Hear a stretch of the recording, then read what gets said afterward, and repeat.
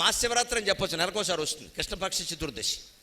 అది కూడా లేదనుకోండి, ఇవాళ సోమవారం అండి అనొచ్చు. లేదనుకోండి ఆదివారం అండి సూర్యుడికి ఇష్టం, సోమవారం సూర్యుడికి ఇష్టం, శివుడికి ఇష్టం, మంగళవారం ఆంజనేయ స్వామికి ఇష్టం, బుధవారం అయ్యప్ప స్వామికి ఇచ్చారు, ఖాళీగా ఉంటుందని ఈ మధ్య ఆయనకి ఇచ్చేద్దా, ఖాళీగా ఉంది ఇదివరకు, ఇప్పుడు ఆయనకి ఇచ్చారు, గొడవ లేదు. బుధవారం అయ్యప్ప స్వామికి ఇష్టం, గురువారం బాబా గారికి ఇష్టం, లక్ష్మీదేవి కూడా లక్ష్మీవారం అసలు, శుక్రవారం మంగళ గౌరీదేవికి ఇష్టం, శనివారం వెంకటేశ్వర స్వామికి ఇష్టం. మొత్తం వారం రోజులు సరిపోయినాయి. ఇంకా దేవుళ్ళు వచ్చిన వారాలు లేవు ఇక్కడ, కొత్తగా దేవుళ్ళు వస్తే వారాలు లేవు, ఉన్నవి సర్దుకోవాల్సిందే.